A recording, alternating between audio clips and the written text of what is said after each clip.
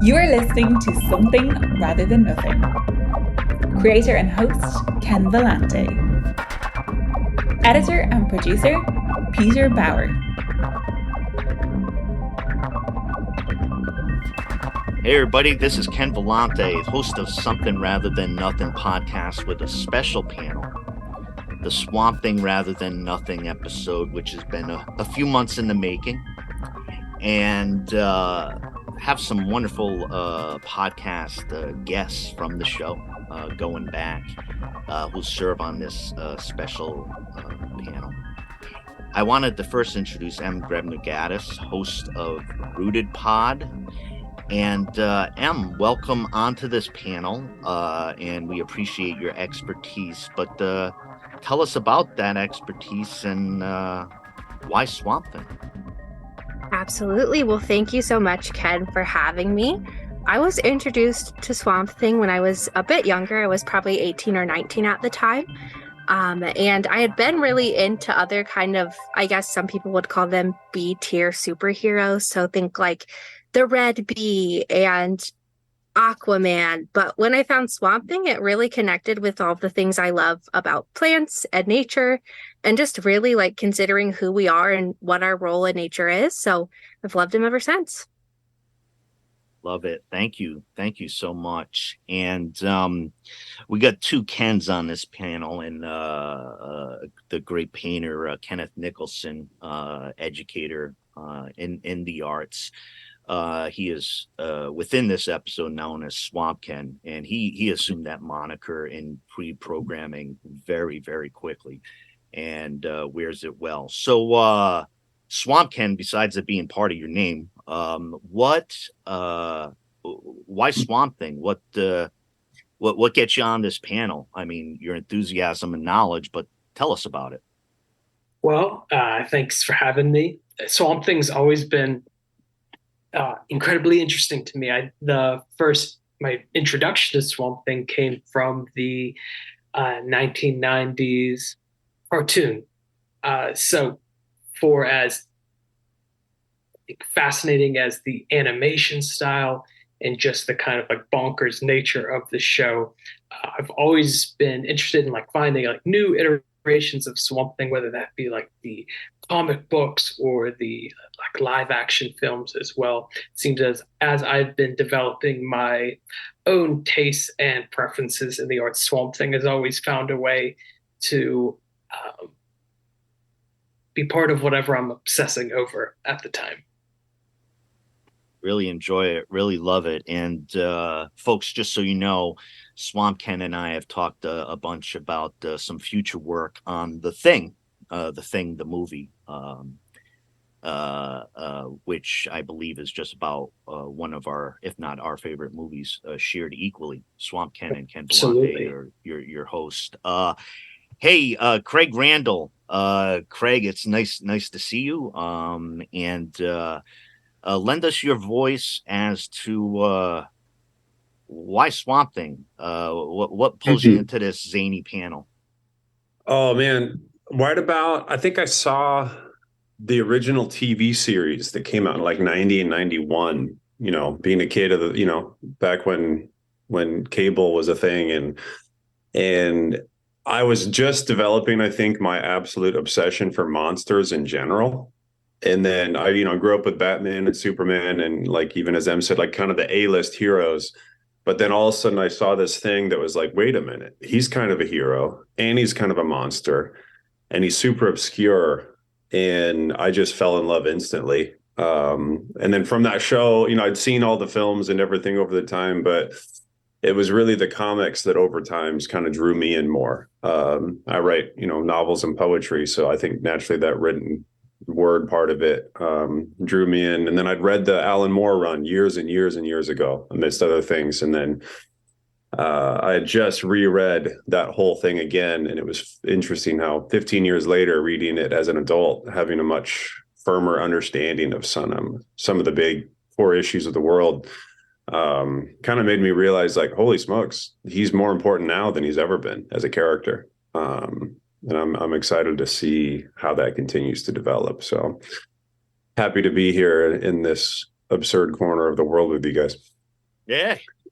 Love it. And overarching the question we'll be hovering around is, why Swamp Thing's important. And some of the comments that Craig just made about why more increasingly culturally, I mean, within the DC universe, having a Swamp Thing movie, which is, I mean, just fantastic to think about the scale of it and to be scared of, what happens, like what would happen with that.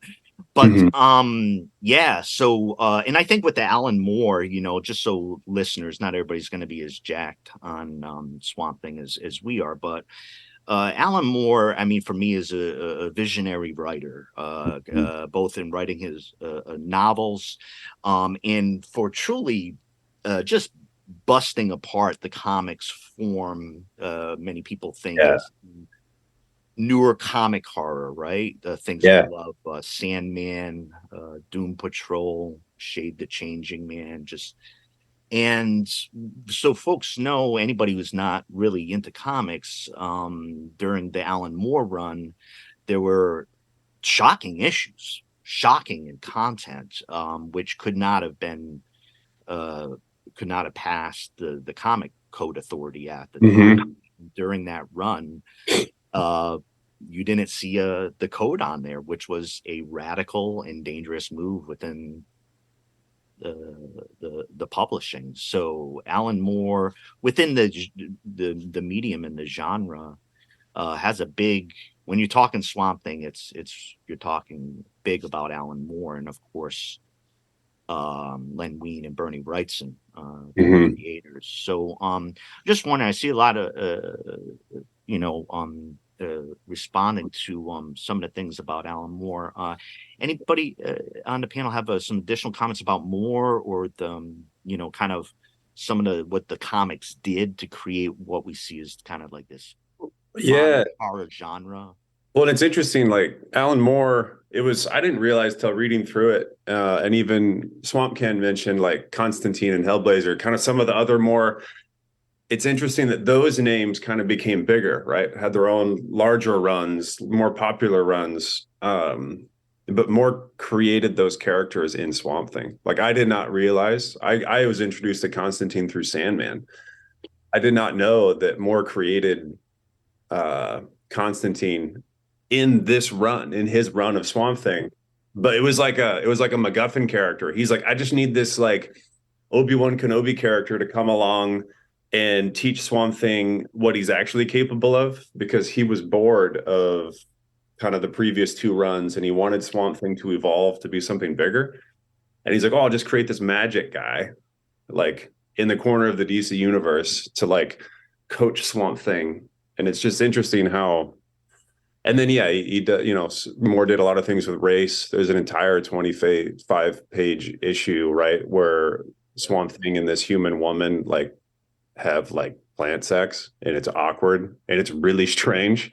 And I think that was the one that was, they split, like, kids can't read this. So, and then we had Vertigo and all these other companies just split the comic book industry, right? But, and then ironically, like every single iteration of, not ironic at all, actually, every iteration we see of Swamp Thing in movies and comics is more based on the Moore one, because he was the one that kind of opened the character up. So most of our familiarity with Swamp Thing outside of different comic book runs is actually more based on Alan Moore. That's what I'm intrigued about the new movie. I want to see where they take it, which character they borrow from. And because there are very different, there's different names, there's different characters.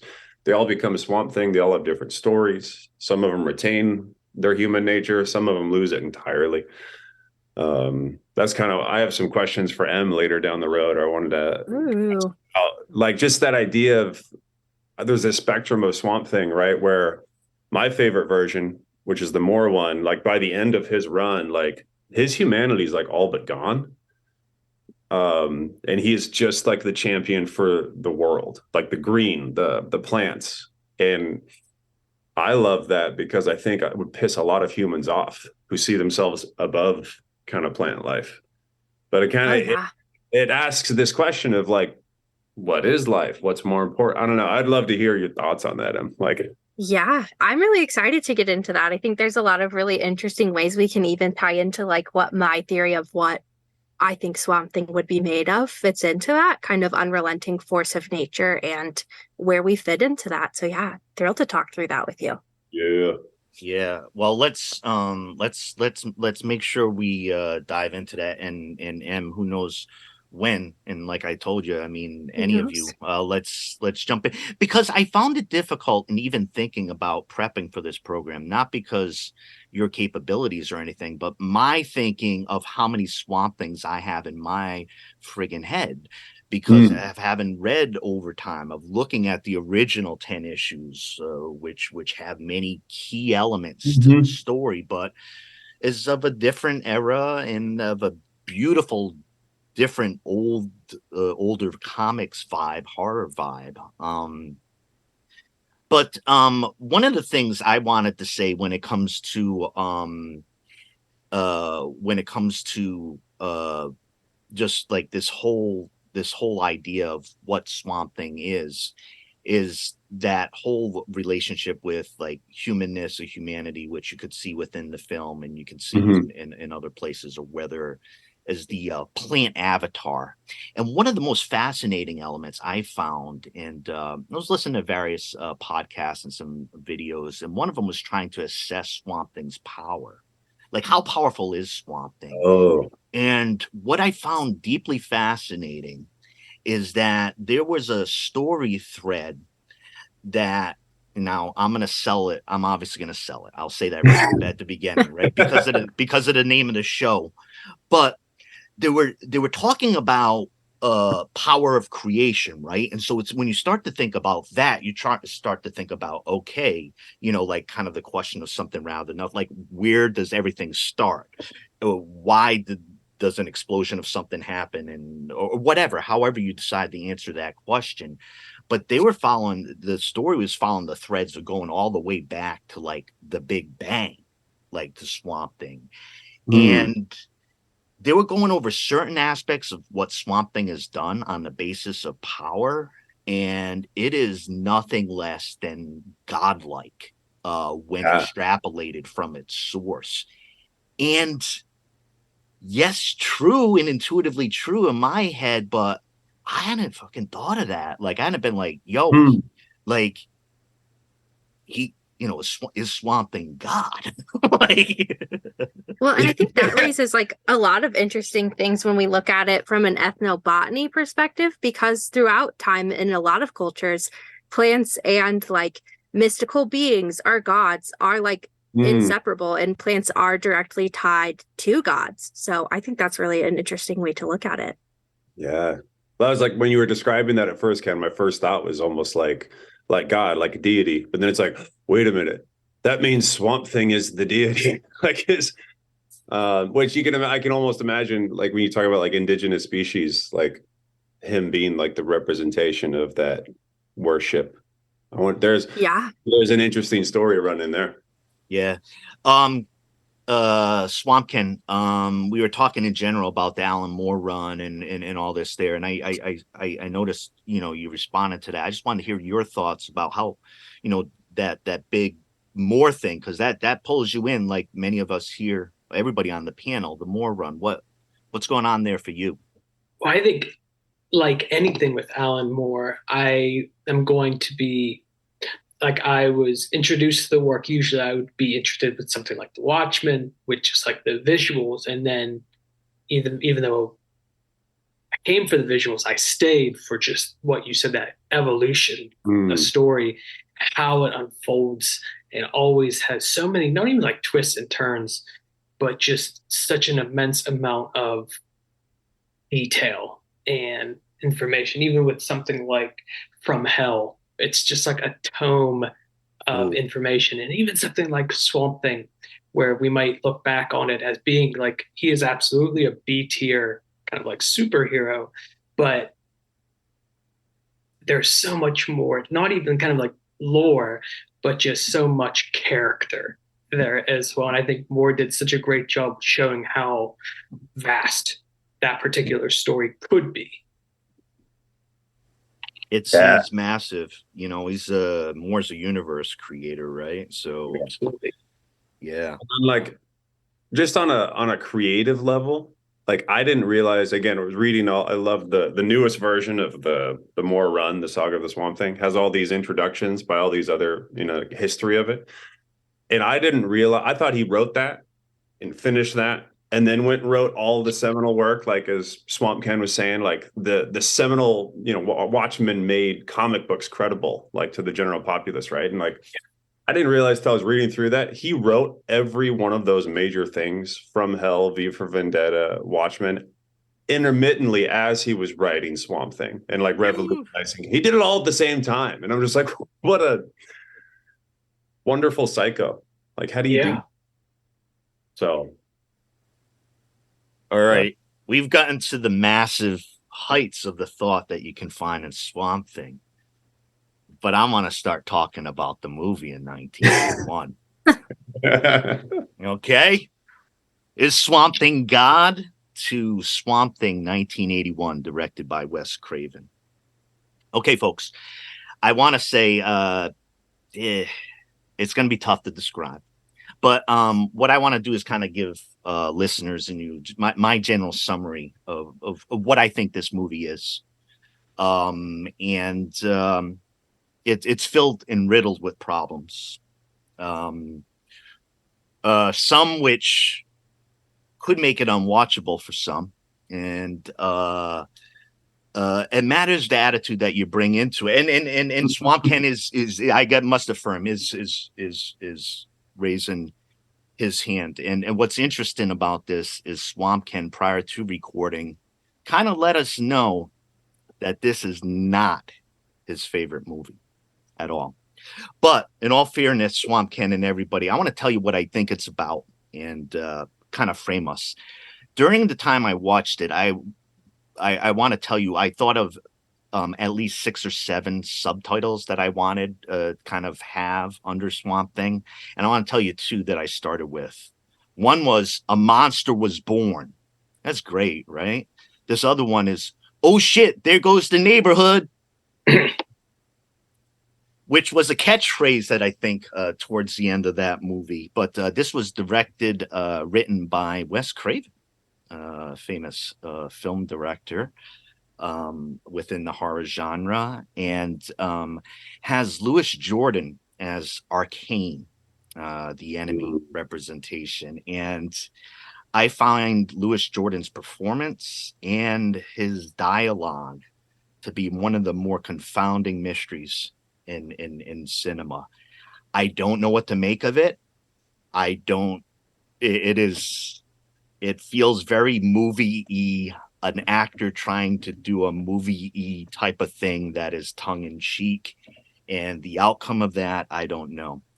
Also starring Adrienne Barbeau, famous actress in the late 70s and 80s. I believe she makes a reprise on the newer TV show, which I'm not as familiar, but I believe Adrienne Barbeau is part of that cast. Adrienne Barbeau spends much of this movie being threatened, running, fleeing, being captured, fleeing, being threatened, being drowned, being ignored, being shot at, being karate chopped across her neck. Adrienne Barbeau plays the character Cable, who is a new agent coming into the swamp and the bayou. So what has happened at the beginning of this movie is you feel something goofy's going on. There's these kind of 1980 rogue type of military elements coming into what seems to be a government compound, a small government compound in the swamp, research station. Cable is flown in. This is Adrienne Barbeau. And she comes out and she's in I'd say Washington, D.C., 1981 professional Washington, business suit. And she's going into the swamp. Now, it seems right off the bat that the people who filled her position previously were eaten by crocs or something weird has happened. I mean, this is like a high death rate. She's replacing somebody who just died. They're looking at her being like, don't get too used to her. She might not be around soon. Very quickly, we're introduced to a wonderful, in my opinion, wonderful performance by Ray Wise of Twin Peaks fame, who played Leland Palmer. He plays Alec Holland, who, of course, within one iteration of Swamp Thing is there's an explosion there. He runs out, is into the water, and there's some sort of transmogrification or connection with the swamps and water, which creates Swamp Thing. Ray Wise is the scientist. And I tell you, for me, Ray Wise's performance, he wrings every little piece of juice out of every line, doesn't overdo it, says, I think this is what this character is, and he hits it. There's a way too fast romantic entrance as soon as Adrienne Barbeau, Cable, comes into. And there's also a misdirection where you think that Holland's sister, the other Dr. Holland, is his sister. And you think for a little bit, if he missed something, that's his wife. So it's a weird little romantic, weird thing going on there. Everybody, you good so far, panel?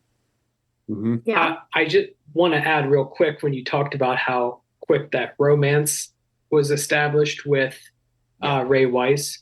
I think it's even more pronounced because he's acting batshit crazy the entire time. I think for like as charismatic and as handsome as Ray Wise is, he just has like this. Maybe it's just like the Twin Peaks of it all, and I can't shake it off. But he just has this like sinister nature to him that even when he's playing the protagonist, I can't. You can't get there, right? Because here's the thing: what's this movie? And watching it so many times, and I watch it with a keen focus when you kept looking at it, is this pervasive 1980s cinematic threat to women. It's like, okay, one foot's coming out the door and I'm going to be insulted and called a broad or what she's doing here. And the last person died before here. You're not dressed for the swamp. And the most confounding piece that drove me nuts when I first saw this movie in the theater and then on cable television 8 billion times, probably about 25 to 30, was that Cable is going around and there's a section 3, there's a rudimentary Radio Shack security system, and sector 3, she's introduced to the plant, and for me, I'm not familiar with the security, but sector 3 is buzzing. It's going bah, bah, bah, and every time you see sector 3, like, I'm not an expert, I'm like the thing that's saying pay attention to me, something going on in sector 3. She is brushed off with her concerns at 500 million times, maybe 6 times, 7 times. Hey, what about sector 3? Oh, the guy was out there trying to fix it, and that's what went wrong. Hey, can we go to sector 3? Well, go on a boat. Maybe somebody will take you on a boat to go see sector 3. I'm concerned about the sector 3. Nothing. So nothing ever happens. It's a tough role. Now, one thing with regards to Cable, and here's where I had hoped, and it's never realized in the movie. There's an early scene when you see Adrienne Barbeau being fucking badass Adrienne Barbeau, and there's a couple scenes in a row where she like fights the captor, knees him, and I'm like, holy shit, she's gonna be like Sigourney Weaver, like alien, like she is going to like, she's gonna be overcome. She's dealing with a group of like aggressive men, but that completely disappears, like that potential for development where she's just like, so, you know, she's captured and escapes, captures and escapes. I have a note in right here that says Barbeau kicks ass. And she does for a few minutes. Yeah. Is that just a reflection of the time? Like, you watch, it's funny watching older movies with my like now 10 and 8-year-olds, and you're just like, oh, that's a terrible depiction of women or this or that. And it's one of the reasons I'm intrigued with the 2025 upcoming Swamp Thing movie. I'm like, what is Abby Cable's role going to be in that? How are they going to update that? Because she, in the comic book, she's pretty, it's that same thing, like even more brilliant, more. There's kind of this victim mentality, right, to that character. So I mean, if any, you almost have to look at it that lens, like Wes Craven trapped in the 80s mentality, but also it's in the source material. And I think we even look back at Wes Craven and some of those earlier films, and one of the things I was kind of surprised about with Swamp Thing was that it still seemed to have that kind of like mean spiritedness that is just like in built into those early Craven films, which always kind of confounds me because I always think about Nightmare on Elm Street, and you get this just like savant of a director who feels so effortless with how he is elevating the material past just like a genre film. But you go back into some of those earlier films, like Last House on the Left, it's like there's like just or Hills Have Eyes, like just a real nasty, nasty kind of and almost like real nihilistic, especially when it comes to women. That just makes it it's real rough to watch. Almost like vindictive or purposeful, right? Oh yeah, almost. And you this like, can only be done with intention, and that's not okay. Like I think Wes Craven too, from what I've read, like tried to. I think it's just like of the era, especially within the 70s, that he was trying to sometimes make comments or like reference like the United States' like treatment of women and kind of through his like shock culture, kind of, but it just doesn't land. And I don't know if it, like you said, like if it landed better at the time, but it seems there's like an odd kind of clunkiness with that kind of is throughout this film. Probably would have been overlooked at the time. Exactly. I don't think anyone probably even had it. I didn't notice shit. I'm just a 9-year-old boy in 80s America. Yeah. I mean, my mom's enlightened, and I like to think I'm smart, but I didn't know fucking jack shit. I didn't notice shit. Like, I'm just watching Swamp Thing, Yeah, like, it wasn't like I'm like, oh, I'm just like, okay, the woman's in peril, and she'll be in peril the whole movie. I don't. Well, I almost wanted to throw in Ken to the two Kens. I love the dichotomy you guys are of loving this film versus let's leave it behind. Like, but I think there's something really powerful about because if I were to watch that movie right now for the first time, it'd be even as I love Swamp Thing, it'd probably be like, oh yeah, this is garbage, right?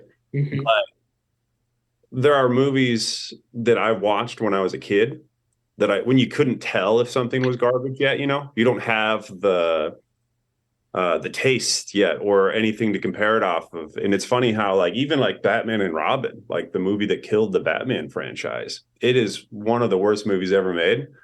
But I was still, however, young enough to not know that when it came out. So I can still watch that movie and be like, it's terrible, but I love every second of it.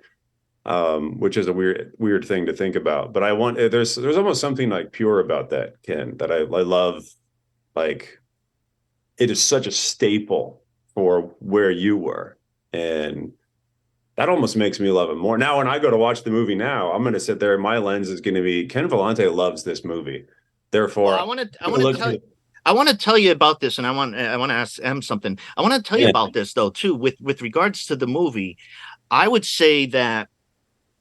Let's skate in some weird territory, and I'll get to it, of enjoyment and the fact that I believe, and I'll tell you what I like about the movie too. I'll get to that, but I'll tell you what is it to enjoy components where there is a heart of darkness in the middle of it. And the reason why I say that is the one thing when Swamp Ken mentioned this nihilism, I hadn't put that word together, but it goes back to these like clumsy ass lines from Arcane, which is, for me, when I heard them, and being a philosopher, this is like Nazi Nietzsche, right? And like, not to get the whole like Nietzsche philosophy. I mean, I adore Nietzsche's philosophy. I have a particular take on it, but this, when you're hearing these lines, this is the heart. Like, this is the piece that I think really annoys Swamp Ken is like, I wrote down the ethos of the movie is a Nietzsche as Nazi ethos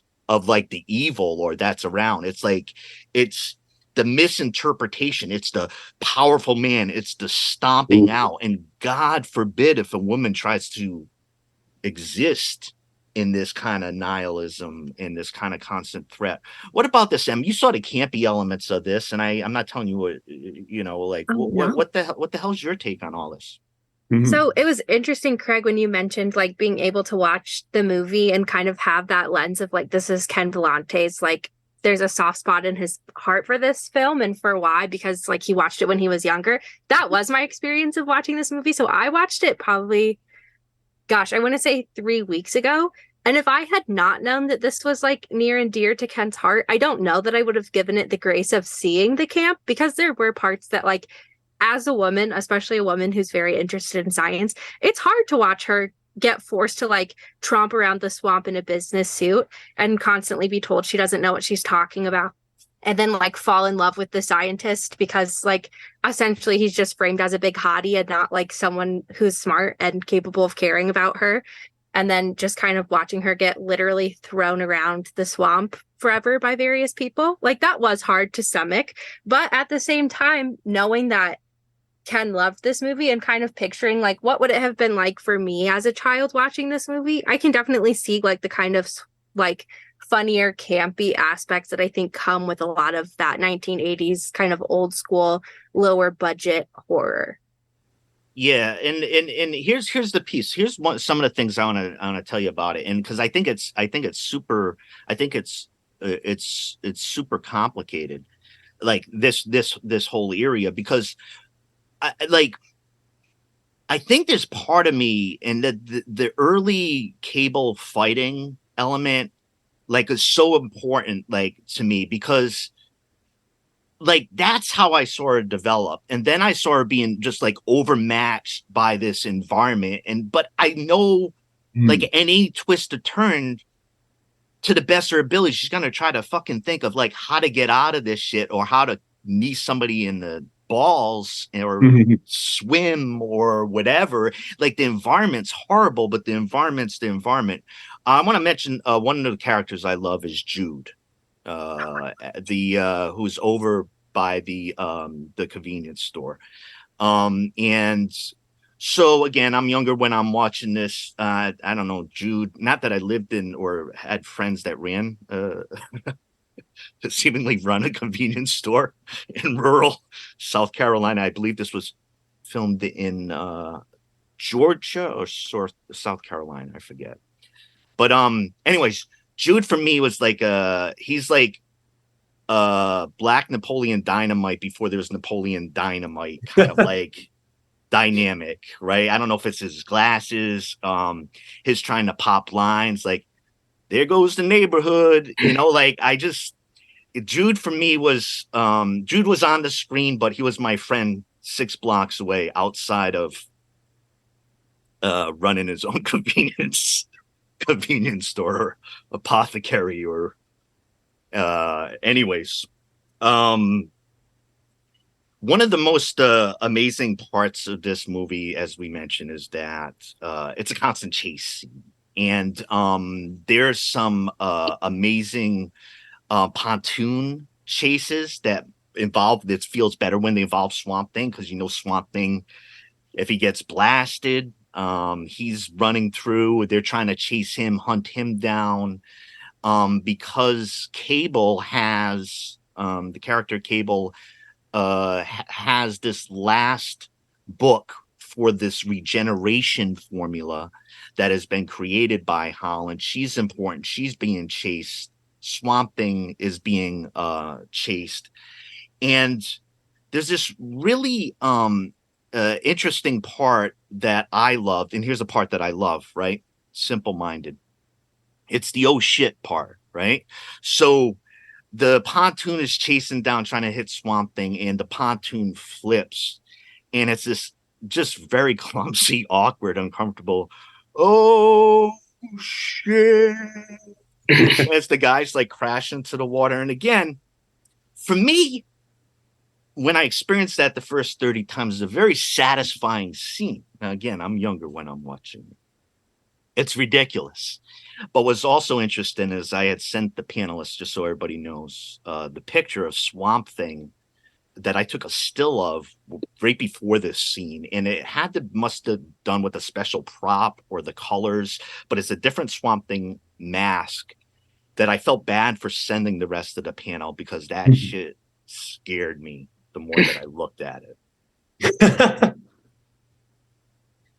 There are pontoon explosions. This movie is a combination of maybe a nod back to the 1950s monster movies, they say, 60s monster movies. It's a comic book movie. It maybe can't be unintentionally campy. It's a Rambo type movie. It's a type of movie where you can have a swamp. You can have that. There's always these rogue elements infiltrating an area.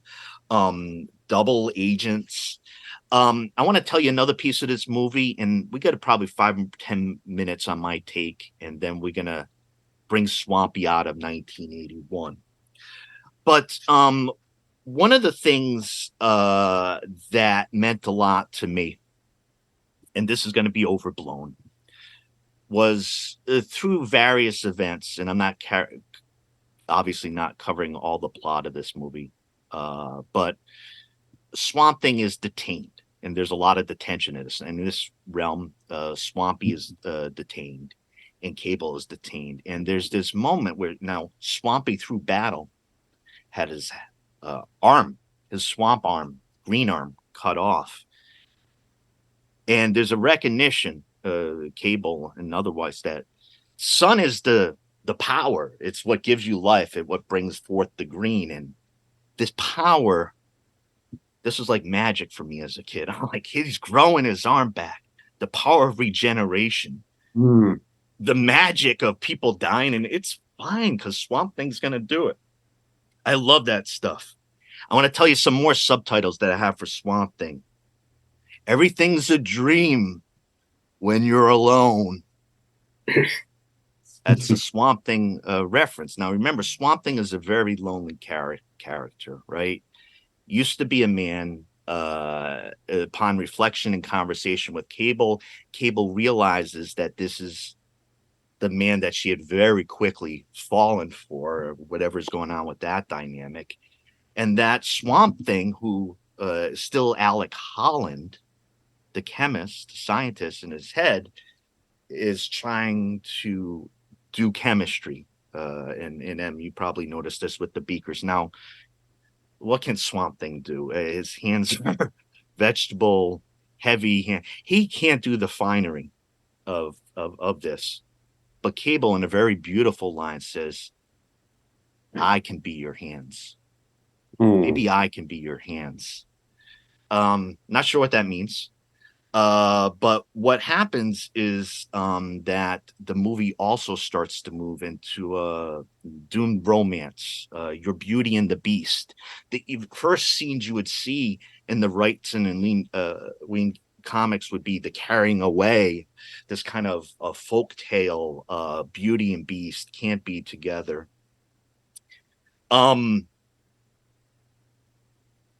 The sex,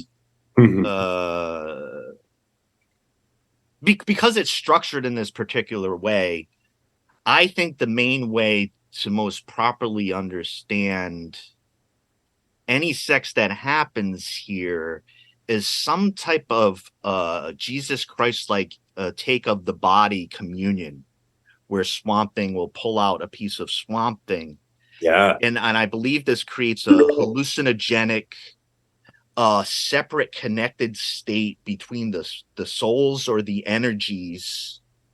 And when that withers away, they go back to each other, and they've been able to commune or consummate the plant human and the human. Do I have that right? Did I capture that right to everybody's understanding? That's how it made sense to me. Yeah. Yeah. You know, like in reading the comic version of it, which again is very graphic for like 20 pages. Yeah. But I remember thinking, like, I can see why this was banned from like the average comic reader. But at the same time, like, I couldn't help but there was like something wonderfully poetic about it. Like, it seemed like when she eats his fruit, right, that he kind of picked off his body, and then she was hallucinating, it's almost like she was invited into the green, right? And this is where I was like intrigued to hear what Em had to say about like the connections of plants and stuff and how they communicate, because like, to me, it was almost like, whoa, this is like so much more intimate than it would have been if they were still two humans. Like they were literally like sharing the same like mind space. Like they weren't even like physically touching, but it was so much more connected. And it almost gave this picture of what like unconscious life is on the planet, right? Like jungles, forests, plants, and like almost, I mean, now that we have like movies like Avatar, you almost get that sense, right, of how interconnected these things are. And she was invited into that depth, which was really cool. Yeah, I agree. And I mean, I think that's something that we as humans can sometimes take for granted is like, I mean, we're not like eating plants and then having sex with them. That would be kind of a lot, obviously. That would be weird. I'm in Oregon. Speak for yourself. You're right. Okay. I'm not saying if that's what you're into, you know what? No judgment here. Okay. As long as it's like everyone is consenting, whatever you want to do. But like we do regularly ingest plants, and that is an important part of like them giving their life force for like a greater good, right? Like they've developed fruit with the intention of people, animals eating that fruit to be able to spread their seed and like therefore continue the cycle of nature. And I think that's easy to lose sight of. But I also think there's these interesting things that happen with plants and the ways that they can really impact and change our brains. So obviously, I think the most obvious one with that is when you eat a mushroom with psilocybin in it and the ways that that can literally like chemically change your brain, which is really interesting. It's interesting that you brought that up because I was going to ask you if you had seen the episode of the TV series Hannibal where they have the mushroom episode. No. Earlier. Okay.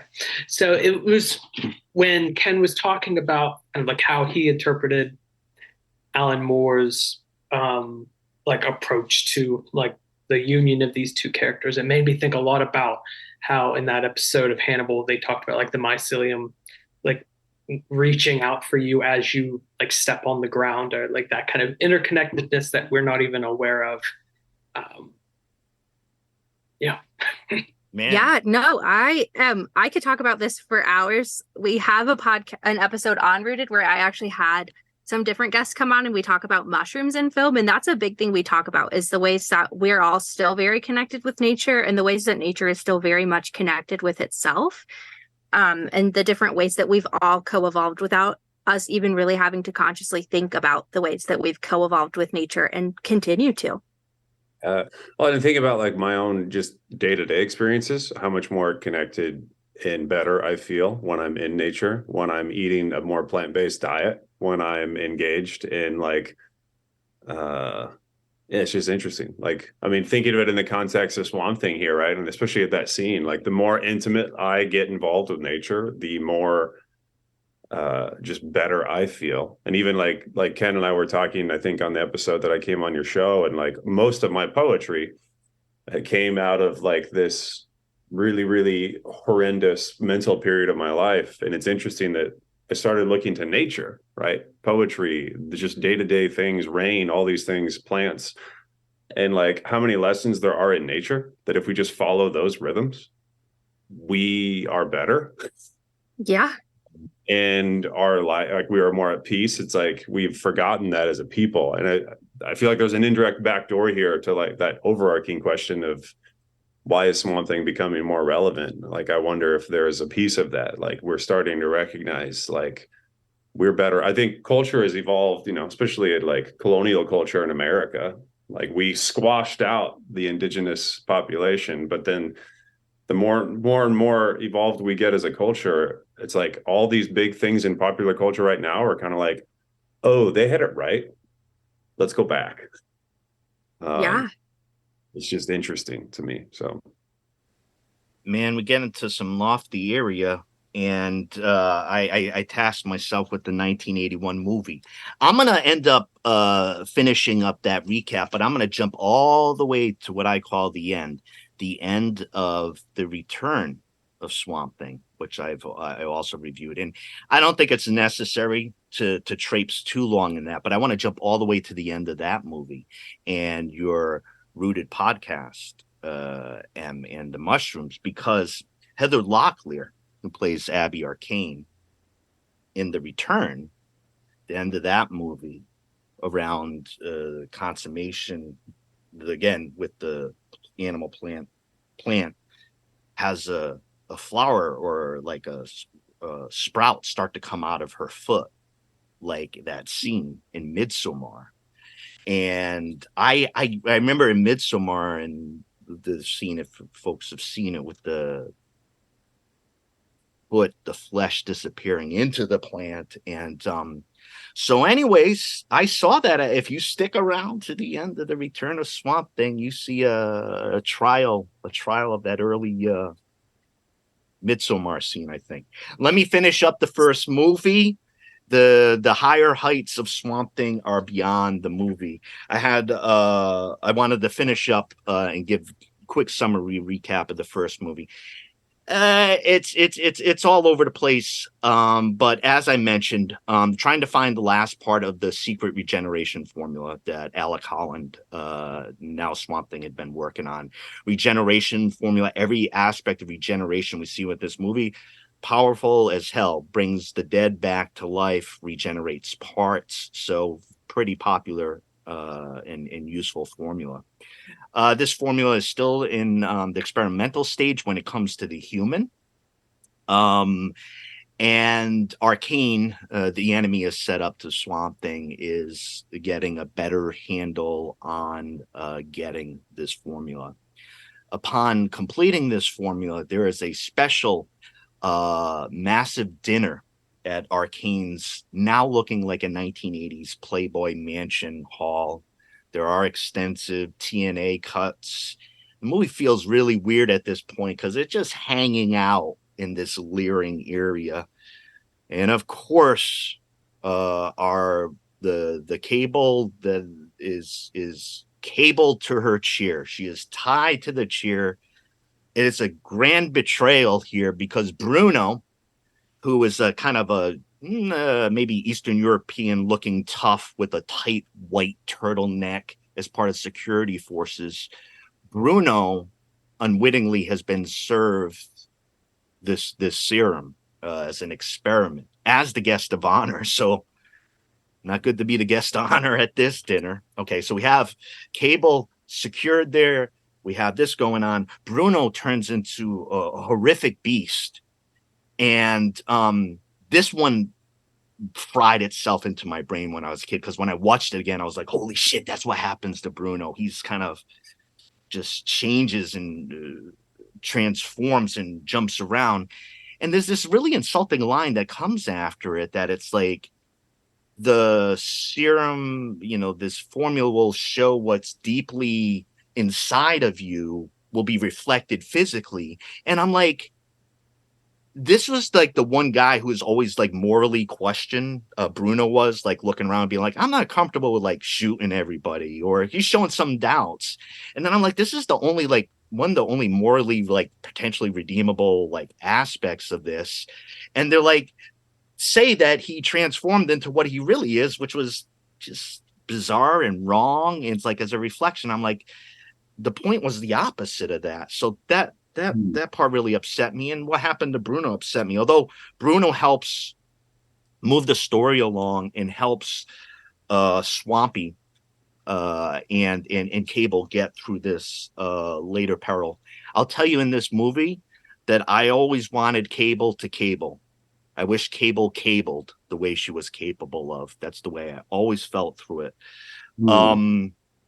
Get towards the end, the bad scene. There was a part here, where Bruno is engaging in a lot of funny lines and puns as he's trying to get away and disrupt the security that's there. It's like, hey, have a nice trip, and Bruno is really disrupting the progress and helping Swampy and Cable. We get to the last major battle scene. Folks, this is weird, right? If you've seen the movie, you end up with Arcane having transformed into, I don't know, Swamp Ken. Try to describe what Arcane looks like in the movie, if you can remember. It's a wolf man or something. It looks like something from that Nothing But Trouble, if you've ever seen that movie. Yeah, that's good.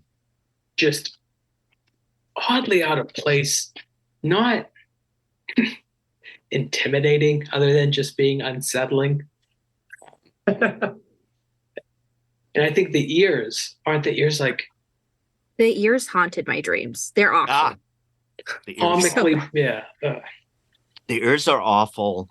Like, here's the thing that kills me in the final scene, right? And obviously, all of us sitting here, we want fucking like the universe battle. We want like CGI right now. I want to see like plant versus meat versus like whatever's going on. But we don't get that.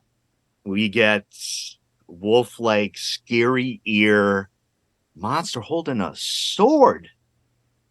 A sword. It would be interesting to be a fly in the wall and see how they came to that conclusion, right? It's Like, how did terrible. that- Within the yeah, go ahead, Swamp Ken.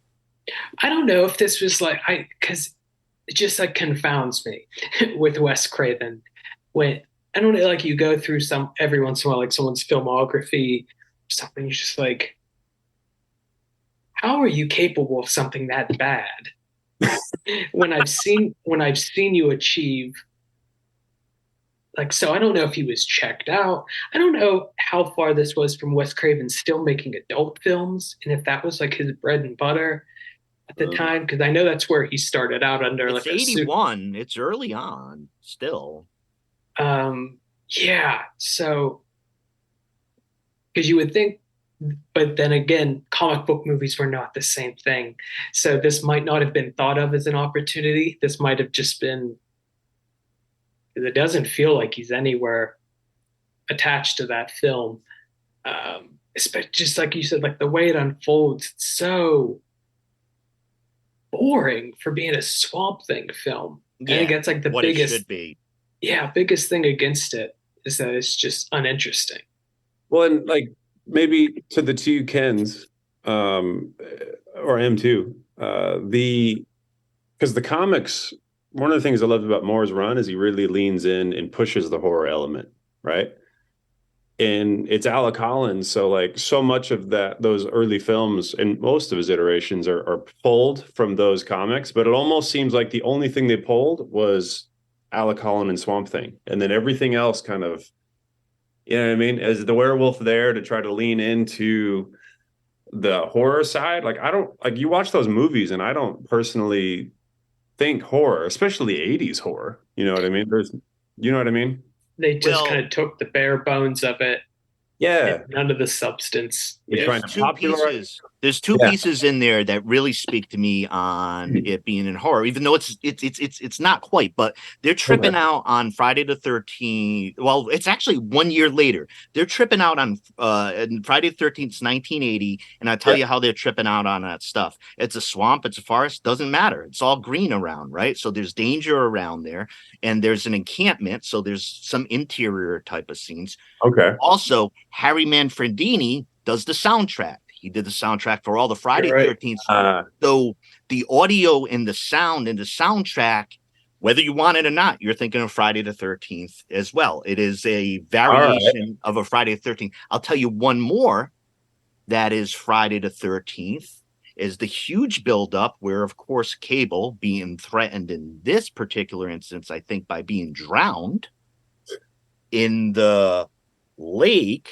in the bog, and when Swamp Thing, you're waiting, she's pulled down, you're like, you're there, you're like, something's gonna happen right now, it's building up. Swamp Thing comes out not quite but like the last scene in Friday the 13th with Jason popping out of the water, shock, scare. Okay.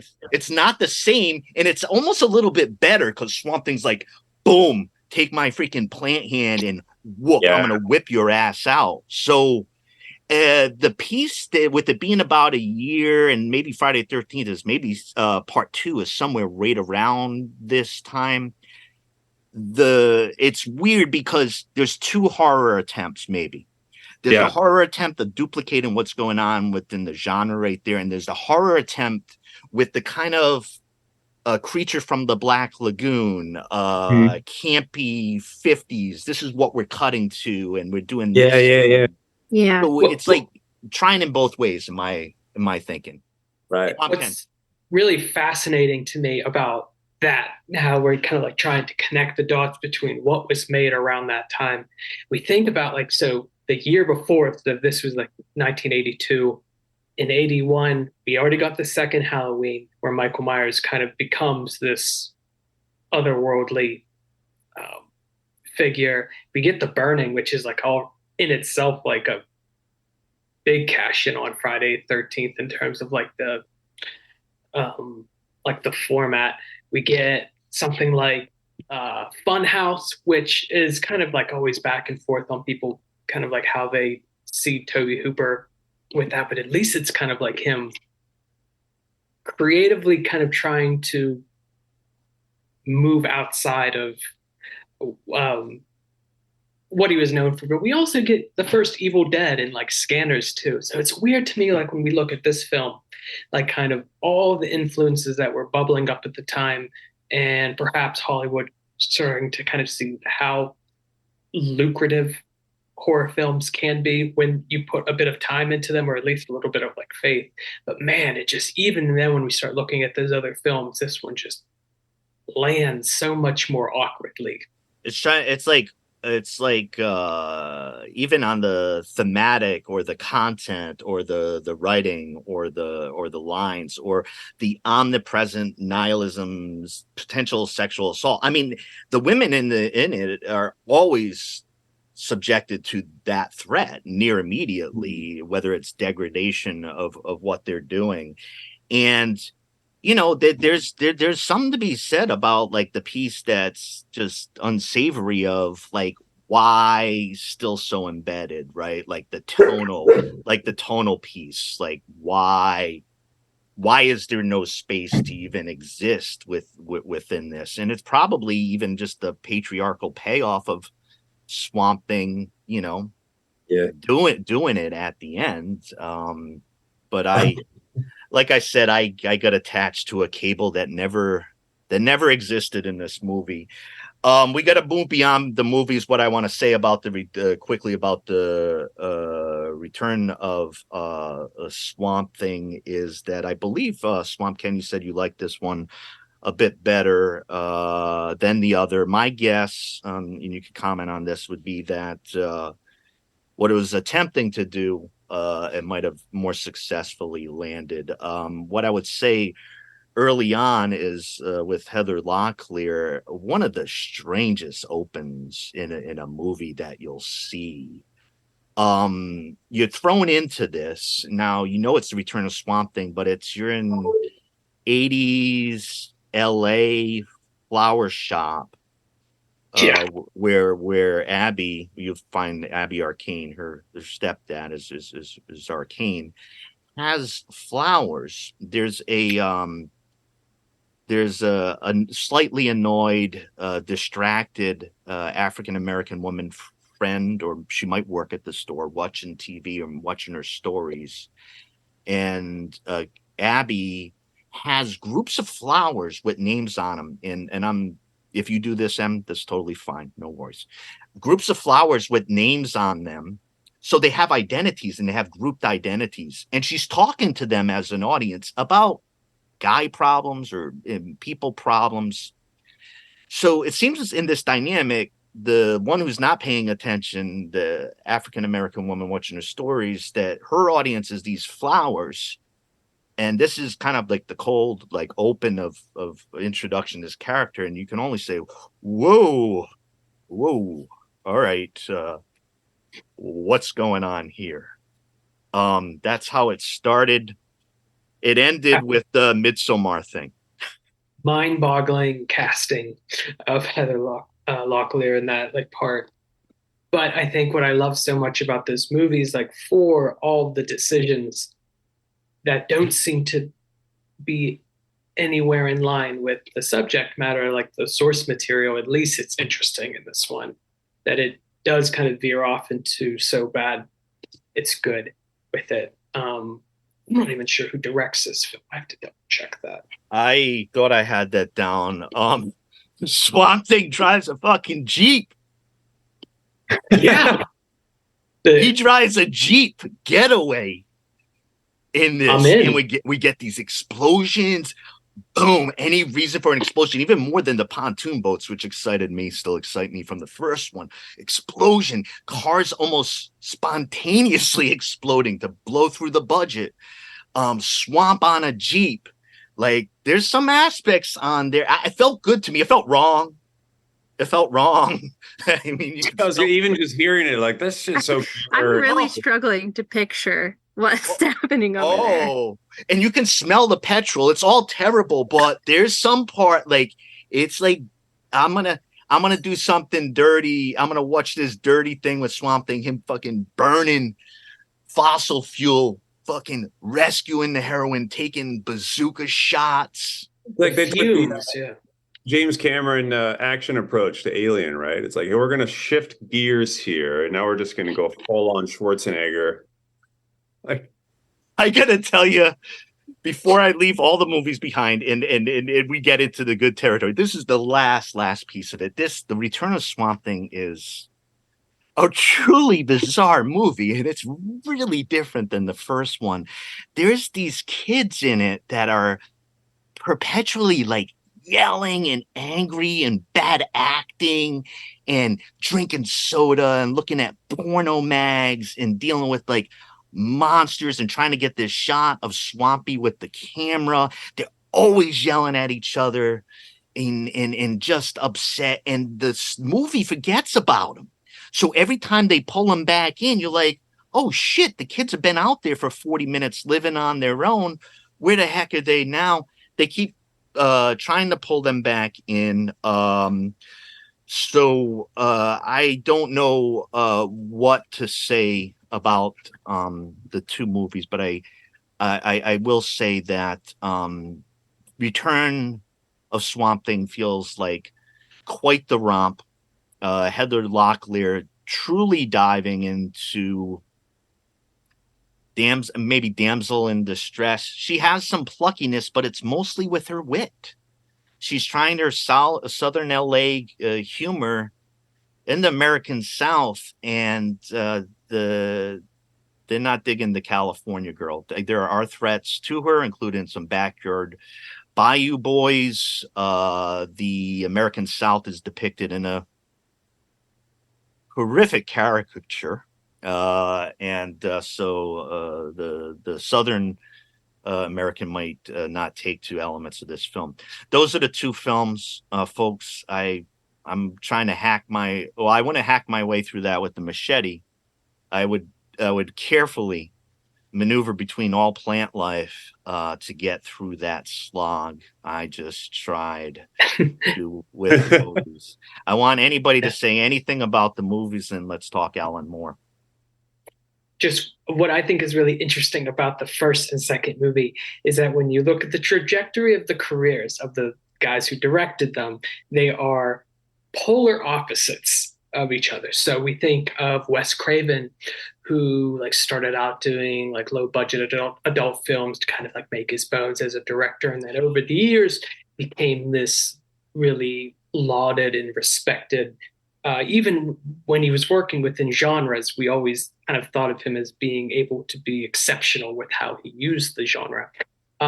Jim Wynorski, I guess, the exact opposite career, to where his first couple films are going to be what he is remembered for. He did like Chopping Mall, did the second Swamp Thing. He made Sorority House Massacre 2, like all these films that are kind of in this cult canon.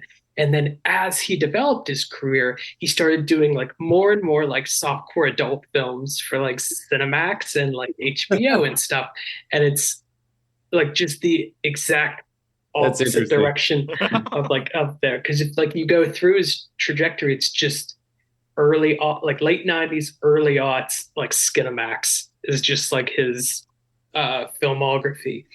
And I think that goes into a lot of how he approached this film, is that he like had such a kind of slapstick camp way about the material that it didn't feel as out of place, even though he's giving the thumbs up and driving a Jeep and everything like that. There's like a real playfulness to it that I think ages so much better than some of the kind of morose aspects of the first one. All right, Em. Come on, tell us what's going on in that bean of yours. What's going on?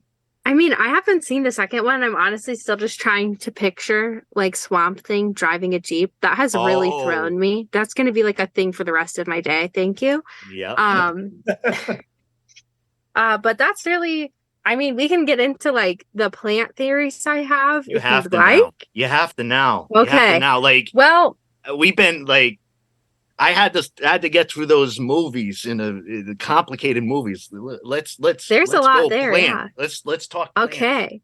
Okay. So my biggest theory is, what is Swamp Thing?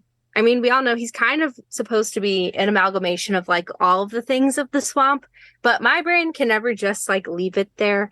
A weird fascination I have is like breaking down fictional plants into like what their realistic planty counterparts are or would be. So of course I have to do it with Swamp Thing. I can't not. So my biggest theory is that he's actually comprised of kudzu vine, which is this very specific vine. It's known as the vine that has engulfed the South. It takes over everything. So we actually got it as a gift from Japan as part of, I believe, one of the World's Fairs. And it was really popular for a very long time as kind of a ground cover plant because it's truly unstoppable. Ken, you mentioned like carefully maneuvering plant matter. Not this thing. You could burn it, you could chop it, it doesn't care. Wow. It will continue growing. It's more prolific than bamboo even, and bamboo at its most vigorous growth can grow probably like a couple inches a day. This stuff can go even further than that. It's wild. And so it literally has engulfed like full buildings, and in some instances, if it was allowed to, like it would engulf full towns. So there's an old Japanese folklore kind of tale that goes around that the reason you need to close your windows at night is because if you don't, the kudzu vine will crawl up into your house and like take over your house. And there are like buildings in the South that are absolutely covered with this stuff. And it's prolifically invasive throughout all of the American South, including in the swamp. So for that reason, obviously, we know he can kind of regenerate really quickly and gets a lot of energy from the sun and can kind of exist anywhere. Obviously, most comfortable in the swamp, but he's able to kind of walk on water and like get out of the water and do that kind of stuff. So for that reason, I think that's the most likely plant. He could also be Virginia creeper if we want to stick with like native plants to the swamp. Which is it's kind of a variety of ivy, essentially, but is still a prolific vine. But I think he's kudzu vine, and he is therefore an unstoppable force. Wow. Awesome. I don't know what to do with this revelation on the show. I mean, this is a humble podcast. I mean, we always strive for the highest things, but whoa. Just connecting Swamp Thing to that old Japanese like folktale, right? Oh yeah. He's unstoppable. He's an unrelenting force. People in the South warn close your windows at night, otherwise the Swamp Thing will come get you. Will get you. Yeah. I listened to M's episode on bamboo, and it frightened me when she was talking about the tortures of bamboo growing through people. Thank you, Em. You thank me for a couple of things, including the first Swamp Thing directed by Wes Craven. You can thank you. I can thank you for that one. The bamboo growing through people is a torture, and I immediately thought about horror films I want to make, and I'm like, shit, you gotta have that bamboo one in there. Fingers crossed in the new Swamp Thing. Maybe they'll show him like shooting vines over people and like growing inside them as some kind of scary body horror. That will scar me. Actually, I take it back. I don't want to see that. I think the show had elements of that. I haven't seen the show yet. There's like two cuts, I think, from like the more family friendly cut, and then the one where it's like rated MA for mature because he's like, because they'll kind of you'll see in like the fight scenes they kind of cut fairly quickly, but I think in the kind of like unrated version, he is like kind of ripping people in half and kind of like leaning much more into that kind of like Cronenbergian part of the story. Which I think is delightful and terrifying. Yes. And like the animated DC universe, he definitely leans into more. This was like Justice League. He's a member of He's like in Justice League Dark and the he's one of animated, the right? he's officially a Justice League Dark member. I love that team. I love that team. And he's just an absolute badass. And it's almost going back to the nihilism though, it's almost like interesting. Like that character is absolutely, I think, pulled from the Moore version of it. But then at the later end, where like at the end of Moore's run, like it's only Abby Arcane that is maintaining any sense of his humanity, right? If it wasn't for her, he would disconnect and just leave humanity behind. But it's interesting in those cartoons, like he could care less about the world. It's a lot of it times is John Constantine tricking him to care about humanity. Like, hey, the humans are going to die, so it sounds like John Constantine. Yeah, exactly. Yeah. Well, in that case, yeah, he's just completely manipulating him, right? Well, in that case, then and he's like, if the humans die, the plants will be great. This is a win, And then he's like, yeah, but then the plants will go after that. And he's like, and then Vine's just going into machines and just ripping things apart and like destroying the industrialization, right? Which ends up helping the Justice League or the Justice League Dark. But that is my favorite part of John Constantine. He's just. I love that group, the Justice League Dark, and one of the things I found fascinating is I read more. I've read more issues, more content of Hellblazer Constantine than I have Swamp Thing. And I didn't realize that because I had read a bunch of Swamp Thing when I was younger in different type of periods. But I was so into Hellblazer Constantine that I almost forgot it was like a Swamp Thing. Like I always knew, but I was almost so into all of that Constantine. I went through a heavy period with that. So when in my head they reconstituted, or you look at Justice League Dark and the recombination of Swamp Thing and Constantine, I love that. And I mean, Constantine's fucking great, even if you hate him, because he's smoking, he's drinking, he's having sex, he's doing the best possible like spells you can fucking imagine. He's a trickster. He's kind of bad or having to do something dirty to kind of get things done for the greater good. It's just like a ton of fun. And when I was looking at the Alan Moore and seeing Cain and Abel in the House of Mystery and Secrets, I hadn't gone back after, all the Gaiman stuff and Sandman and Cain and Abel characters who show up House of Mysteries, House of Secrets.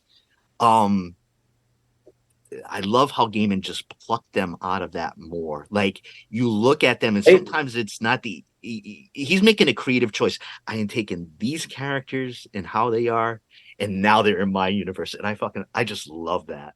Right. Well, and I thought I would have guessed that Gaiman created them. I held that in my head of ignorance for a certain time. When I read Sandman years ago and then reread it, even when I heard the show was coming, I'm like, oh, these are such brilliant creations. And this is Gaiman just plucking from the Bible or mythology. And then finding out that Alan Moore actually created them. And I think it was because of Alan Moore when the switch, right? When DC had to create Vertigo, like the adult comic, right? And then the woman that was editing Alan Moore's comic book took that over. And then Alan Moore was like, oh, yeah, you should meet this guy, Neil. He's a pretty great writer and he's got a cool idea for a story. Like Alan Moore is the reason we have Sandman. And it's interesting how much more elevated Sandman grew and became, right? Oh, absolutely.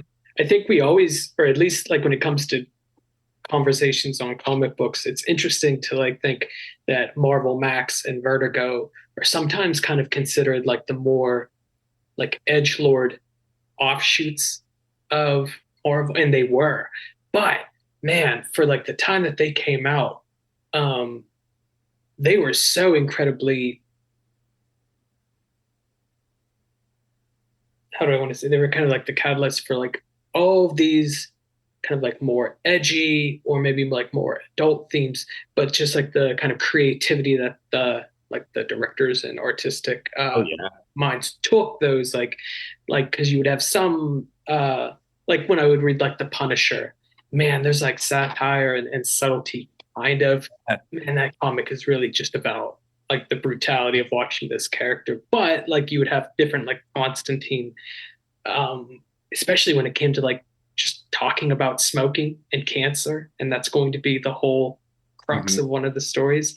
Really, really fascinating how they kind of like not even elevated the medium, but showed you the possibilities of it. Yeah, well, like all this commentary started becoming a regular thing, right? And like it became not just and I think that's what separates even the Swamp Thing run before to Moore's, right? And then why Moore's run became so pivotal. And even like Swamp Thing, different iterations afterwards, you read different like people, and some people are just like, oh, I want to go back and do this wonderful nod to the original, which is great. But then it like doesn't go down, but it kind of sidesteps what Swamp Thing became. And I think Scott Snyder did a good job with the new 52 reboot. I didn't even realize, because I just read his Batman run, right? I didn't even realize until years later, wait, he rebooted Batman, Swamp Thing, and like two others, and like at the same time, and it's just brilliant. I like when Batman and Swamp Thing, it always feels like kind of weird, but it always feels like, since it was in Batman was one of the early comics, to incorporate one of the early issues into the universe. Em, you dig on Hellblazer Constantine stuff? Not quite as much. I read Alan Moore, but I read more like Watchmen, V for Vendetta after Swamp Thing. I think just because I was in college and that was like what I had time for. Cool. But going back, I probably will do more of a deep dive into these others. One of the things I love about, but I think I cut someone off. No, I was just saying they're pretty big. Oh, absolutely. Yeah. I think especially with the newer iterations of Hellblazer, they get to play with things that had been touched on before, like Constantine being like bisexual, which was something that I think they kind of like worked through earlier on in the comic, but now they kind of like in ways of kind of exploring it without being exploitative of what they're trying to do. It's really, really fascinating. Yeah. What is interesting is you mentioned like the Vertigo label earlier. The newest re-release of like the saga of the Swamp Thing with Moore is the first time any of the Swamp Thing Moore and post Moore is ever been published by DC that doesn't even have the Vertigo label on it. It's like officially, yeah, it's just a weird thing. Like in the comic book industry, it's like it took however many years, and now it's like, okay, now we can officially call this DC. It's like, oh, yeah, it's like not nearly as you almost like kind of think back to like the difference between Cartoon Network and Adult Swim at the time. There had to be that kind of split in just like what they packaged it as, or else people would kind of freak out. Same channel, but after this point in time, like the shows are going to be more alternative. And it's interesting now that it's just like if you go on like Adult Swim's app, there's like Cartoon Network shows like also to stream. But that's interesting. I think just looking at like what Alan Moore had to work through at the time in terms of like what kind of like obstacles or like creative limitations he might have in terms of what he wants to talk about. Now it's kind of just the bedrock of good storytelling. It's just like how he kind of laid out those stories.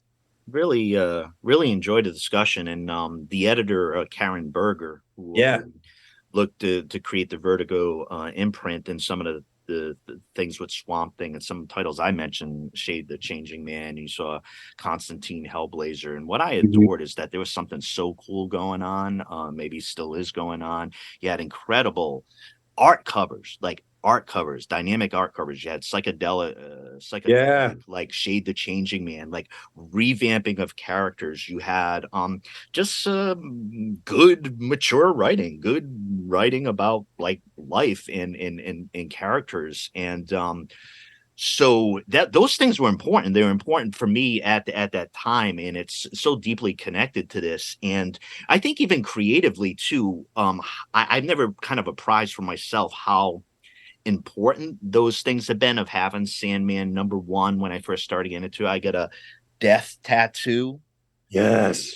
Peachy Keen tattoo from from issue 8 and how prominent. So I want to tell you even practically how prominent that Neil Gaiman and his ex-wife Amanda Palmer have been to me. I met Neil Gaiman a couple times. He had written his book Good Omens. I met him in Boston.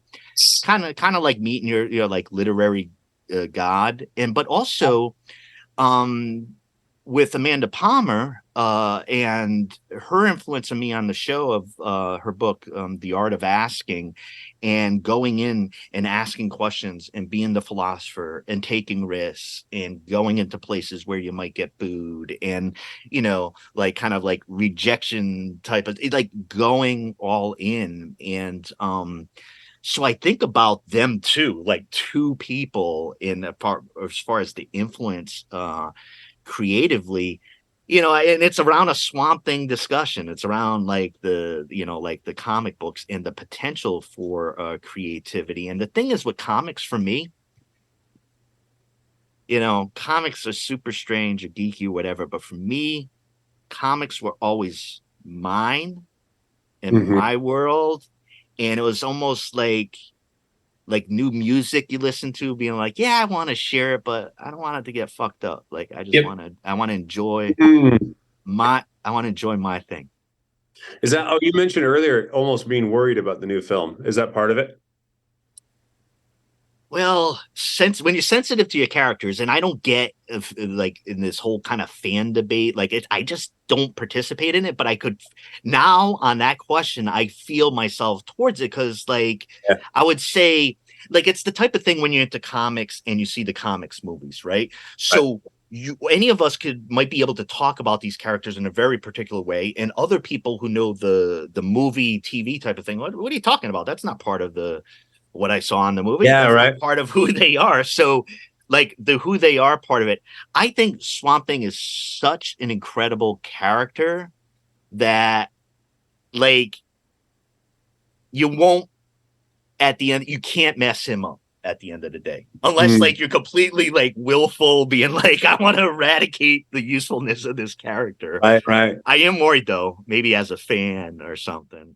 I guess part of me was like, I was blown away when I read that. I heard that the DC had released a slate of all the movies they're going to make for their first part, and I'm going through, and I was like, that makes sense. That's cool. Oh, that's interesting. And then I get to Swamp Thing, and I was just like, what? Like massive directors too. I'm trying to remember the like big like they're gonna fit it in between one of the new Star Wars type of things. So I'm forgetting. I think it's James Mangold. Yeah. Who he's made some incredible, like he's done the Logan, like one of the best, superhero movies, maybe more recently. But I thought it was rad. Like, and it opened up, like, if they're making him so prominently, to me, it was like, as we're, talking about kind of the obscure corners, right? Like Neil Gaiman, what I love about Neil Gaiman is like his stories are so freaking weird. Sandman, all of these things, when they were coming out, they were edgy and weird and it was obscure. They're so weird. It was like punk rock, not intended to become popular, right?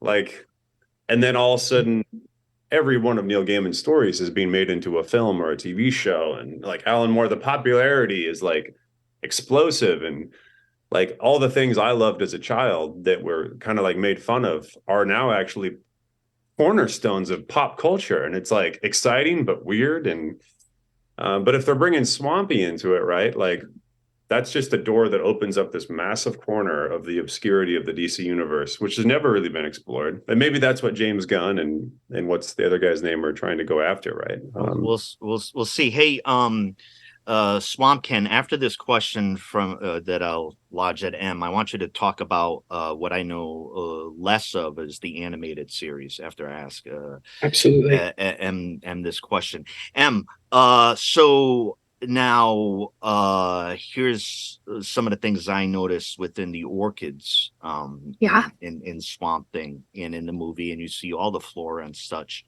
within the comic book, but So with that, when I was watching the Swamp Thing movie, my head could not get around in Twin Peaks, the character that Laura Palmer visits. Oh, I'm forgetting his name right now. who is tending to the orchids very delicately, and the orchids representing the Laura Palmer's kind of the delicacy of it, or something like that. But orchids are big, and of course the quick seduction scene between Cable and Alec Holland out on the boat getting the tour is expositions about orchids and the grand beauty of the universe and love. And one scene I saw Swamp Thing huffing. I call it huffing. He was really getting in there to sniff that orchid. Yeah, freaking orchid. So we can't leave the territory of the Swamp Thing discussion about some of the orchid necessary information and what you saw. Yeah. So, well, first, the orchids they use in the movie, I just want to be real clear. Those are not native orchids. Okay. They definitely got those at like Trader Joe's, like slapped them into the ground. It was very distracting for my brain because I was sitting there going, what orchid is that? And like, do you think they just left them there? My husband had to literally be like, please watch the movie. Like, we're not here to discuss the orchid conundrum you've now gotten us involved in. But those are not native orchids, but we do have orchids that are native to several different regions within the United States. In Louisiana, I believe out of all the different counties they have, 60 of 65 have native orchid species. Whoa. Which is very interesting given the range in that state of climate types. And obviously, like as we get into Florida and much of the American South, that is where most of our native orchid species live. And orchids have always perplexed us, partially because they are so beautiful and delicate, but they're also very resilient in their native habitat. So I think they become widely used as a symbol of like the delicate balance of nature, where when everything is right and balanced, it can be really, really beautiful and extremely unique, but it's also very delicate. It's very delicate balance. And so we have to be careful about keeping our conditions balanced to be able to support that beauty. And I think that's kind of why those orchids make sense in that movie, is really about like kind of balancing that dichotomy. The orchids in there, and it wasn't because of the scientific basis, which made it probably difficult for you to watch or to somehow get through that amount of time. But when they show up on the screen, I'm like, those things look like they're from outer space, man. Yeah. Like, I don't know. It's like the color scheme. It's like, there's this cool, swampy, and when the cuts in there with the graveyard or the kind of flooded out, they kind of like creepy area. And then there's like alien flower it looked like. Yeah, no, and I think that's what's so interesting about orchids. They never really look normal or in place, and they're all so different. So I think that's one of the reasons that orchids perplex so many of us, is they always kind of look like they've been dropped out of space into nature. Especially if you haven't, I would encourage you to do like a quick search of native orchids in Louisiana. A lot of them look very scary. And there's the ghost orchid, which I think is like everyone's orchid. If you're an orchid fan listening, hello. But ghost orchids don't even have leaves, so they photosynthesize just through their roots. And most orchids don't have roots that go in the ground, so they all have aerial roots. They grow from like the humidity in the air. That's why that's so important to them. And that's why if you have an orchid, you have to get that special medium, is because they grow through aerial roots, and these roots have evolved to just photosynthesize themselves, so they don't have leaves of any kind, which is so what weird. Are you telling us, Em? I know, they're What? so cool. They're so What? cool. We'll talk about them on the show at some point. I won't take like 4 hours on them, but they're really interesting. They bring us a lot of really interesting things, like vanilla bean is famously from orchids. So yeah, I could talk about orchids for like 8 days, but wow.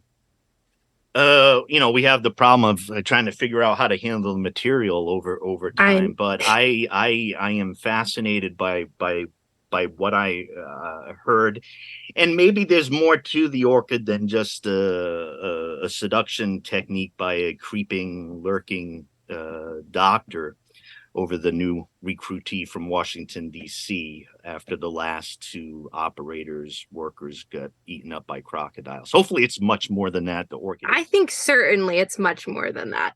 Yeah, it definitely is getting us back out of that realm. Swamp Ken, does the animation, the cartoon that you know well, do justice to the delicacy of the orchid, or is this a different enterprise? No, I think it's 100% in line with all of the intentions and ideologies of the orchid. Now, when I first listened to and I did watch some of the animated show, was the theme along the lines of Wild Thing, except it was Swamp Thing? Yeah, incredible. Like going back and watching that show, you can see how clearly it was just them saying, let's take Captain Planet and mash that up with the Toxic Avenger series because that's all it is, and it could be better. Um, I watched like a few episodes this morning and was just like waiting for it to get from my like to get sick of it. Didn't happen. I could just have it on loop, and it's probably what I did like when I was younger and why I was so enamored with it. I think the drawing and animation style, um, really really lovely, and just like the approach to storytelling is just boneheaded and love and just want they lean into what the show is supposed to be, which is just like early 90s just explosions, kind of like X-Men fights. It was awesome. I would recommend it. It's on Pluto TV, so it's free. I was going to ask. I want to go watch it right now. I think yeah, and the theme song is Wild Thing. So they paid the rights to get Wild Thing. That blew my mind because it's just the song. It's a Swamp Thing, and I'm like, that's cool. I'm thinking, and it's been in my head, like, and then I remember it, and then it's in my head all day. And they rewrite the rest of the song because I think they have like verses in like the outro that they show. It's rewritten. It's like I mean, I was startled, and I'm like, because I immediately thought of the rights question, which is probably not the aesthetic thing that they want me thinking of. How the fuck do you do that? And it was it's a lot of money just to throw in. A good portion of the budget. It's a weird time for animation. I think you would agree, Swamp Ken, and maybe others, early 1990s, and the elements that you're talking about being attempting to be combined in that type of way. I wanted to tell listeners, just for the quick piece, I had told the panelists about my Swamp Thing Funko Pop. And what's really strange about it that I told in I still know is a bit disturbing to our incredible expert M, but the Swamp Thing Funko, while it's not plastic, right? No plastics went into the making of this Funko Pop. It's a weird green felty dust catching. It's not a very practical, useful item, but its special feature was smelling like Glade or carpet freshener that you put on your carpet. Highly artificial, and it smells that way. And I've had this for 5 or 6 years, and I told the panel that if you scratch it, unlike some of those little children books where you had scratched and sniffed all you ever could, this Swamp Thing still smells, which makes me shudder at the chemicals involved with this Swamp Thing. The avatar of the plants, the great protector, maybe the reason why there's something rather than nothing. Smells like a carpet. I don't know. So Swamp Ken, thank you so much for directing us towards the animated. I wanted to mention some pieces maybe for our thinking, kind of telling the some listeners of things we were talking about back behind this. The Alan Moore run on Swamp Thing is a famous run. We haven't gone into a lot of back history. Maybe we'll do that in the future. But the early issues from Len Wein and Bernie Wrightson which created a Swamp Thing and some of the canon stories and characters and names you'll find. Beautiful, incredible work. Many writers that we respect have had their hand at this. Brian K. Vaughan, who's known for the Saga, incredible Saga comic series. Mark Millar of Kick-Ass fame and other titles. Jeff Lemire is one of my favorite comic book writers, period, had a hand at Swamp Thing in a series called Green Hell.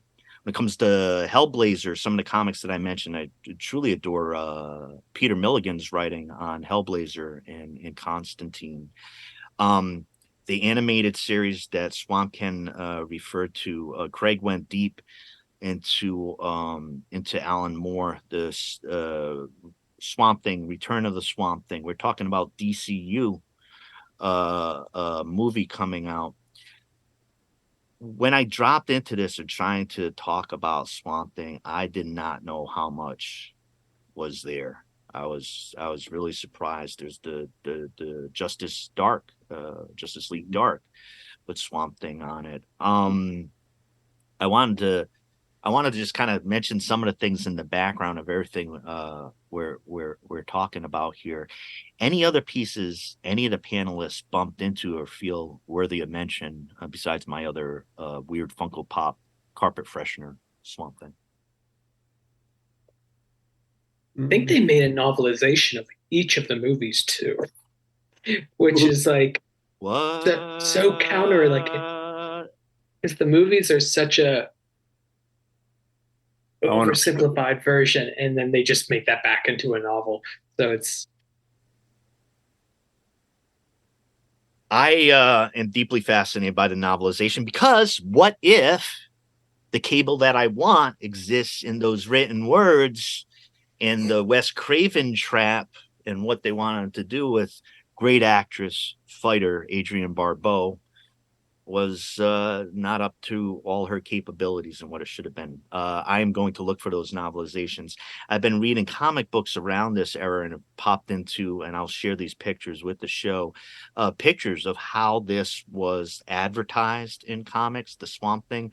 I got a beautiful kind of smaller paperback collection of the original run, kind of a tough item to find, in black and white. So it bumped into a lot more of wonderful things. But I think what'll be interesting is when we see that single movie and some of the dynamics we talk about, what might happen. I think it would be so cool to have, like, somehow corral all the power and everything a Swamp Thing.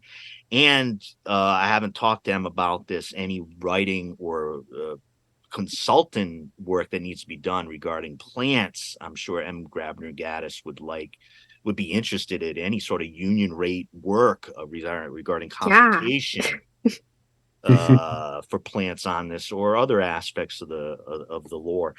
I want to ask each one of you, in kind of looking to wrap up here. I'm going to start with Craig. Why is Swamp Thing important? I think for a lot of reasons. I think on a, not even a shallow level, but on maybe a more personal level that I think we've all expressed. I think he and other characters like him. I always think about, especially as a writer and someone that loves stories, I think about why certain characters are in culture more than others and why they're important. Like, I think Batman is probably one of the single most famous superheroes, right? Why do his movies make more money? Why has he sold more comics in history than any other character? I think there's an element about him, and this is going to Swamp Thing. I think he represents a lot of our human plights. Like, he is this frail or kind of cracked being in a shattered world. I think that kind of reflects us. But Swamp Thing, I think, kind of almost represents this obscurity in culture. So, like, lovers of that like us. And then as, he's kind of coming into popularity, like, think the culture is shifting a lot, right? And we're seeing kind of, he's also this really awesome nod. I meant to mention this earlier. He's an incredible nod to like classic monster stories, whereas you were comparing Ken to like the other horror movies of the era. And it was interesting because in all the other ones, that monster is the bad guy. Mm-hmm. But in Swamp, one of the things I love about Swamp Thing is that he's the monster, but he's the hero. He's and I think there's something innately actually human about that, regardless of how much he loses his humanity. But I think in more kind of terms, maybe with more gravity, like in the world we're living in today, right? We're in an era like the Anthropocene. That's one of the driving forces of the modern world is humans' relationship with nature. And are we destroying it? Are we going to finally reconcile and do that? And part of me wants to believe that Swamp Thing's becoming more and more relevant because he is the champion of the green, the forest. And he is actually pretty indifferent to people in a lot of iterations, right? And there's this element of, like we were talking in like some of the cartoon movies, even where it's like, hey, the people are going to die. And he's just like, that's great. Plants will thrive. But, here we are, we have this being that's like part human, part plant, literally like the physical embodiment of that. I'm excited and thrilled to see where that type of story goes as we try to reconcile that. And, as we try to thrive as a species. And then there's this dark reality that like I've been thinking about since, coming on here with you guys is, well, even if and when people go away, life will still be here. The world will still be here. Plants will still be here. And there's something scary and profound about that, right? Swamp Thing will still be here. Yeah. Word up. Swamp Ken,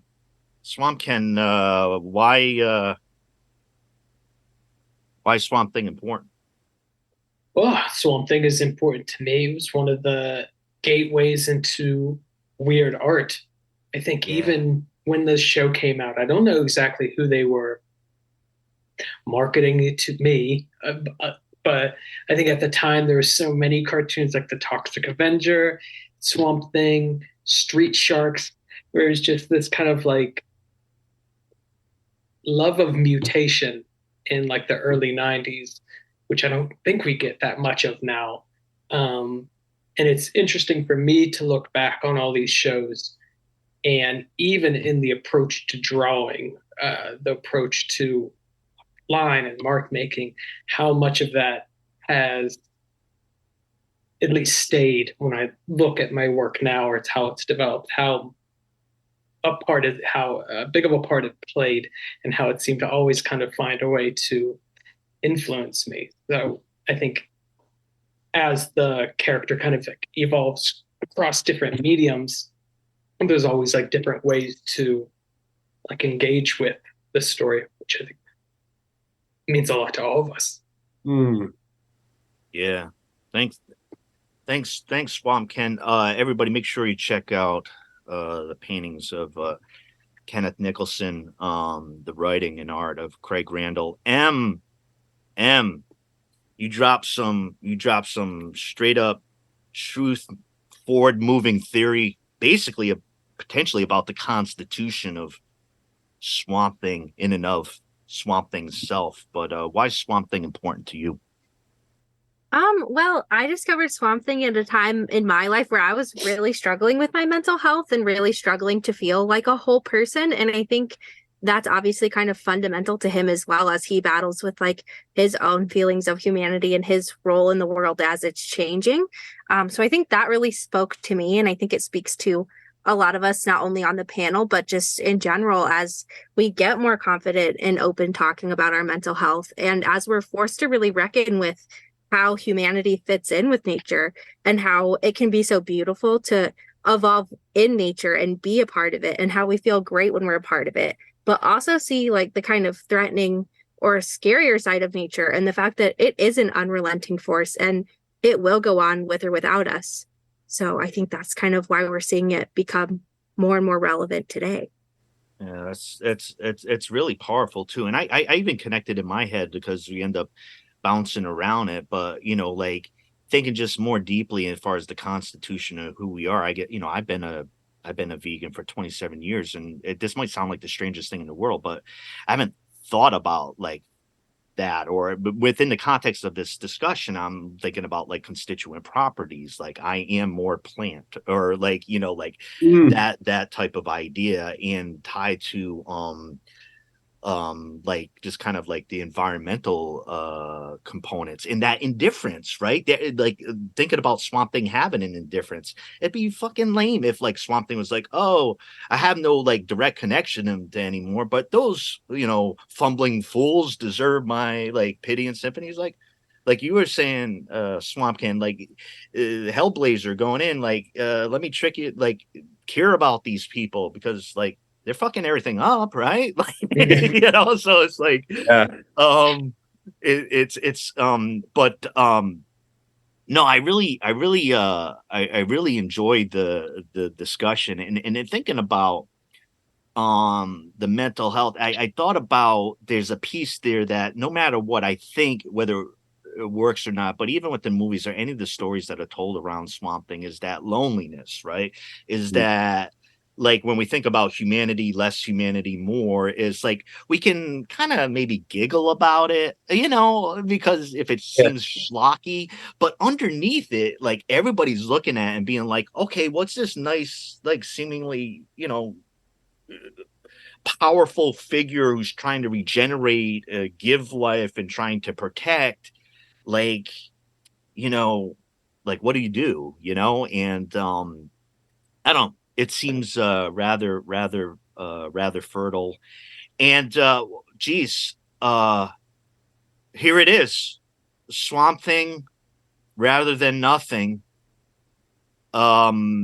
This is the episode, the panel episode. I want to thank you artists and creators so much for your contributions to what I called at the beginning. This is going to be a monster. Okay. This is going to be a monster. And I think we got it. Want to thank you for all your thinking about Swamp Thing. Future episodes thinking about the Thing, or Hellblazer, Constantine. Goodness gracious, I heard it mentioned at least 2 or 3 times the greatest superhero ever from northern New Jersey, the Toxic Avenger. Yes. I won't even say any more, but coming out of this conversation, the strongest, most durable protector of northern New Jersey, the Toxic Avenger, that could be a topic. Thank you, folks. I want to thank you from the bottom of my heart. Swamp Thing rather than nothing episode. Peace out.